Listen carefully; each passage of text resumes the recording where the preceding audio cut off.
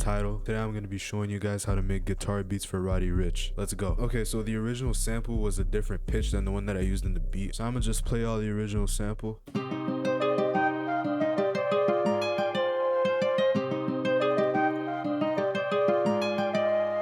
So firstly, the guitar.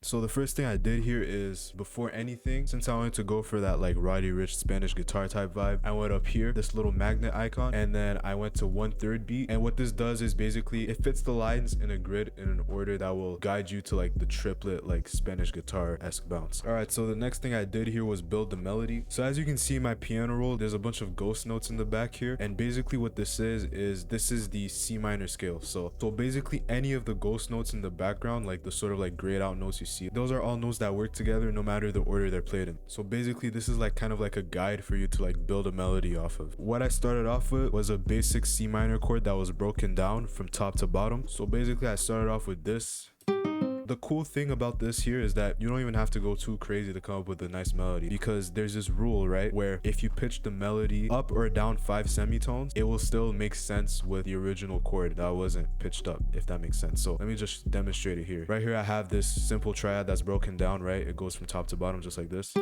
Simple C minor chord. And now if I copy this over and then take this and then pitch it up 5 semitones, so 1 2 3 4 5, using shift up.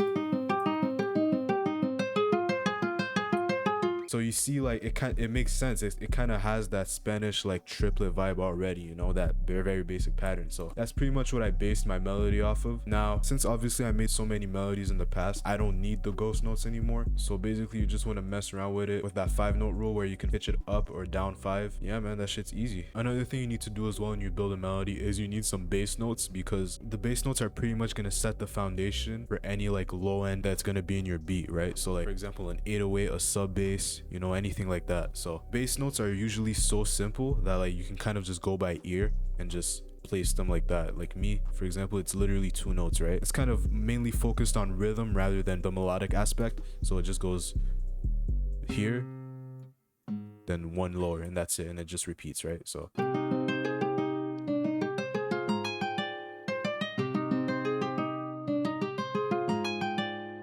and that's pretty much it. I just kept it very simple. So now I'm gonna go to the mixer. Over here, I had a halftime on here, but I'm not actually using it. So the first thing I have here is an EQ. For the EQ, when you do this, you want to use a combination of your ears and your eyes. So if you have FL 20.8 or later, you'll be able to see like the actual waveforms. And basically the ones that are too sharp will either stick out to you audibly, or you'll be able to see them on here and you'll also be able to hear them, obviously. So yeah, what I did is I cut out the lows, which is pretty standard. You do that for pretty much most melodies. And then I dipped the low mids, and I also dipped the highs because they were a little too harsh. I wanted it to be like a pretty warm sound. So that's what I did with my EQ. Next we have vinyl. This is pretty much the same thing as something like RC20, but with less features, and it's free. So basically what I have on here is pretty much default settings. I just turned down the noise up over here because it's a little too loud, and I turned up the wear for it to give it like kind of like a not really destroyed sound, kind of like sound shitty but in a good way, kind of like sound old. And I put it on the 1980s preset. Then we have Valhalla Vintage Verb. This is actually the ambiance preset. I just messed with the mix and the decay a little bit and the low cut as well, because I didn't want all that extra low end from the reverb. And I have a fruity limiter, and I turned it up just a little bit. That's all I did. It's pretty much just a volume knob. Now I'm gonna play you guys the flute.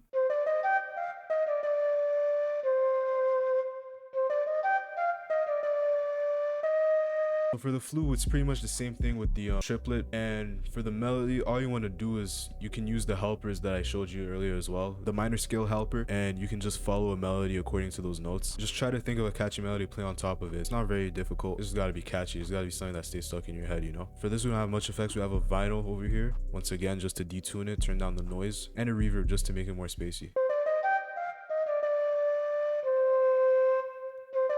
Alright, so over here we have a choir preset from Mellotron. So basically the way Mellotron works is that a lot of the presets have like combinations of sounds. For this one, it was a pretty heavy sound. Like if I change it right here, you'll be able to hear like there's a lot of layers.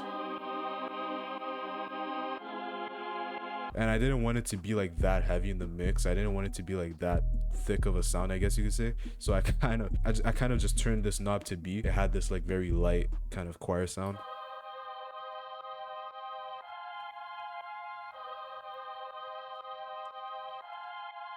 This is actually a very basic layer. This is literally just a C minor chord. I did the 5-note rule that I told you guys about. So I took this chord and I just copied it over, sent it up 5, and as you can see here, it just matches already. So that's pretty much it for the choir. The sound was like way too heavy in the mids. I kind of wanted this to be warm as well, sort of like the guitar, but not as warm, because then those frequencies would have been too busy. I just cut down the lows and I cut down a lot of the highs and really cut down the mids. So as you can see, like my EQ kind of looks like an M. It's kind of weird, bro.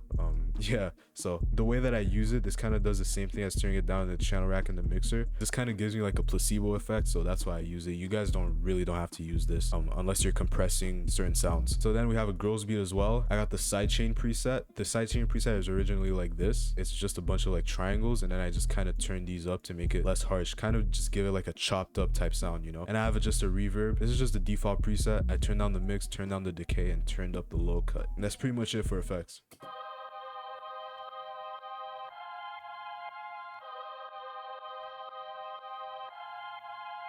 And that's pretty much it for the melody. Just 3 sounds, couple basic effects, and that's it. Also, I forgot to mention one more thing that I did with the guitar was over here in the mixer, I turned this wheel to the left completely. This knob, it's kind of like a stereo separation knob. So basically what it is, it's like, for example, if I turn this down,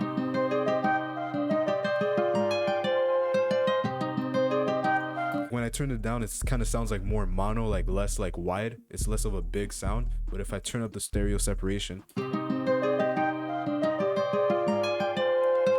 kind of sounds like big and nice. It almost makes the guitar sound more realistic, kind of. Yeah, you can mess, that's another setting you can mess with as well in FL.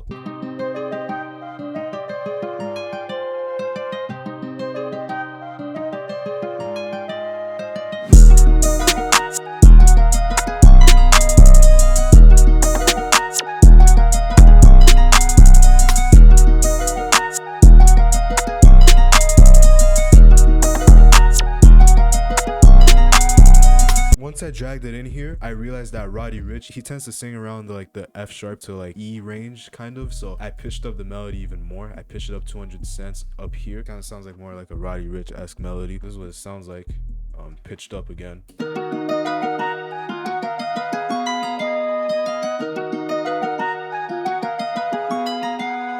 Now I'm gonna show you guys the drums. So first of all, we have the 808.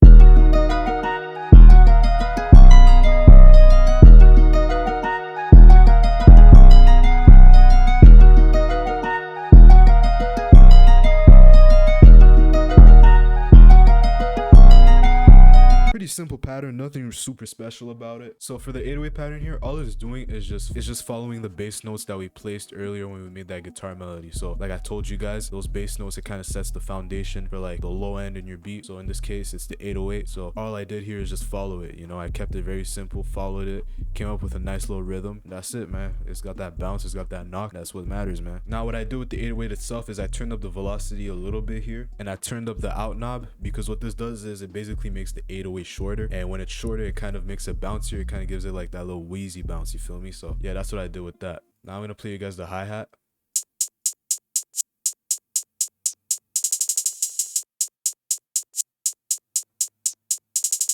Now this is simple. This is literally a very simple pattern repeated 4 times. So it just has like a fast triplet and a slower triplet. So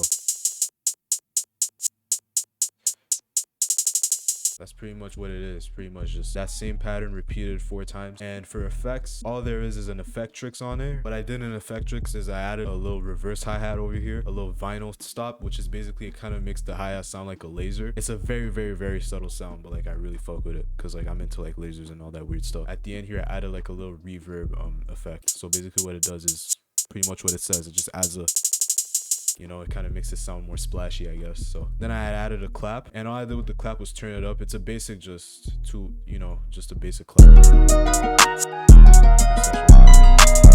Now what I did is I added a snare. One cool thing you can do with the snare is you play it right before the clap to kind of give it like a nice bounce. So like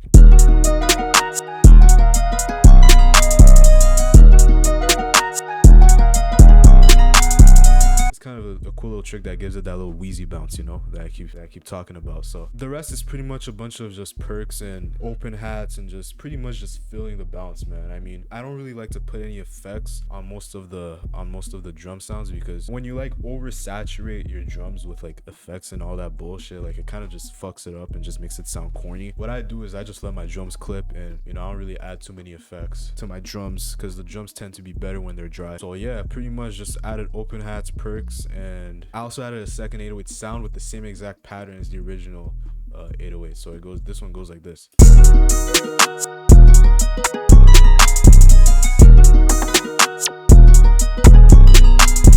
The basic Z 808, it's a little bit boosted and all that, but you know, at the end of the day, it's a Z 808, they're all the same. Yeah, man, that's pretty much the whole beat. One more thing that I must say, which is very, very, very important: make sure you put a soft clipper on that master, man, because when you're making them drums clip, if you don't have it, it's gonna give it like a nasty distortion, and it's really not a pleasant sound. So you got to make sure you have a fruity soft clipper for sure, and also a parametric EQ. Me personally, I like to do this because I like the high end to be like nice and crisp. So you turn up the EQ, the high end, a little bit, and you know, you give it that little nice crispiness, you know what I'm saying, like you're eating from a bag of chips or some shit, you know. Yeah, that's pretty much it, man. So that's pretty much the whole beat. I'm gonna just outro the video with this beat and let you guys hear it. So if you guys learn anything from this video, man, make sure you like, subscribe, and comment, man. I'm gonna start uploading every week from now on, so make sure y'all stay tuned for that, man. More sauce on the way, more tips on the way, you know what it is, man. So hope y'all enjoy, man. I'm out.